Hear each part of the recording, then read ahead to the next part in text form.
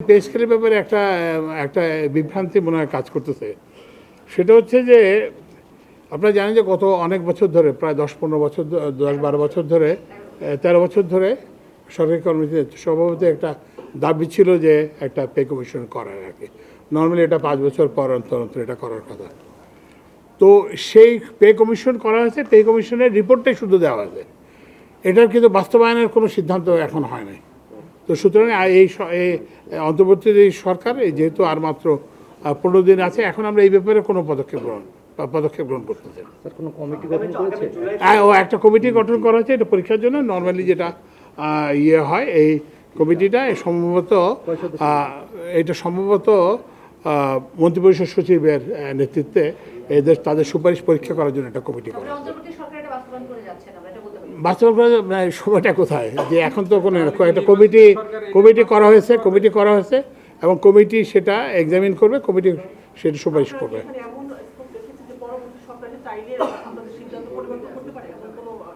পরবর্তী সরকার তো is free to do anything. কারণ আমরা যেরকম, এই সরকার যেরকম একটা নিজস্ব সিদ্ধান্ত গ্রহণ করতে পারে, পরবর্তী সরকার তো একইভাবে ক্ষমতা প্রাপ্ত, ওরা তো যে কোনো ইয়ে করতে পারে।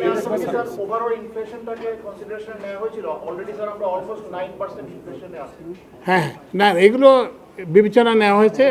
মানে এটা তো একটা ইন্ডিপেন্ডেন্ট কমিটি করছে জাকির আহমেদ খানের নেতৃত্বে, তো সেই কমিটি সবগুলো জিনিসই বিবেচনায় নিয়েছে। স্যার, আমরা ব্যয়ের বিষয়টা জানতে পেরেছি যে 1,06,000 কোটি টাকা ব্যয় হবে, কিন্তু আয়টা কোত্থেকে আসবে এটা এখন কেউ জানেনি বা জানানো হয়নি। এ বিষয়ে একটু বলবেন স্যার? বাস্তবসম্মত স্যার, মানে আয়ের সংস্থানটা, অর্থের সংস্থান। ওই জন্যই অর্থ সংস্থান প্রথম কথা হচ্ছে যে আপনার তো হচ্ছে যে 1 লাখ কোটি টাকা হোয়াটএভার যেটা আপনার বলতেছে, সেটা হচ্ছে যে সর্বোচ্চ ব্যয় যদি পে কমিশনের রিপোর্ট হুবহু বাস্তবায়ন করা হয়, এটা একটা প্রশ্ন। দ্বিতীয় যে প্রশ্নটা সেটা হচ্ছে যে যদি একই সময়ে বাস্তবায়ন করা হয়, তো ওই জন্য সাধারণভাবে আমরা যেটা, এগেইন আমি অতীতে যেহেতু সরকারি কর্মচারী ছিলাম, আমরা জানি যে এ ধরনের পে কমিশন এক ইয়েতে বাস্তবায়িত হয় না, এগুলো পর্যায়ক্রমে বাস্তবায়িত হয়। তো সুতরাং এইসব প্রশ্নগুলো ওই যে কমিটি করা আছে সে কমিটি দেখবে, ওই যেটা বললাম আর্থিক সংস্থানের বিষয়টিও তাদের বিবেচনা দেখবে, এবং এটা ওই যেটা বললাম যে সম্ভবত এটা পর্যায়ক্রমে বাস্তবিত হবে। না, বাস্তবায়ন না। কোনটা?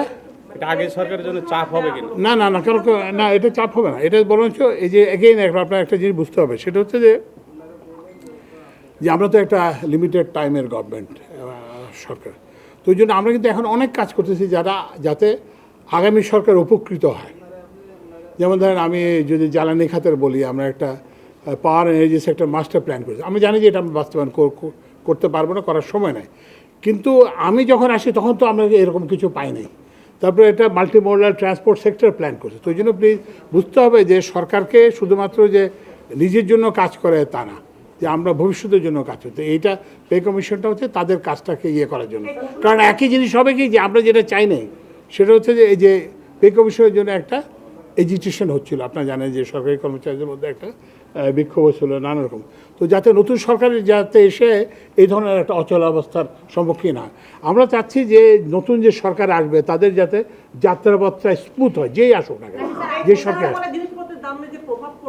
না না, জিনিসপত্রের দামের তো প্রভাব পড়ার কোনো কারণ নাই। কারণ হচ্ছে এটা আপনারাই যদি না করে থাকেন, যে সংবাদপত্র যদি ভুলভাবে, কারণ আমরা তো এটা বাস্তবায়ন করতেছি না, এটা তো পরিষ্কার, এটা মাত্র একটা কমিটি করা হয়েছে। সুতরাং কোনটা কিসের সিদ্ধান্ত? আমরা তো কোনো সিদ্ধান্ত নেই আর না, পে কমিশনের রিপোর্টটাও শুধু গ্রহণ করে না সুপারিশ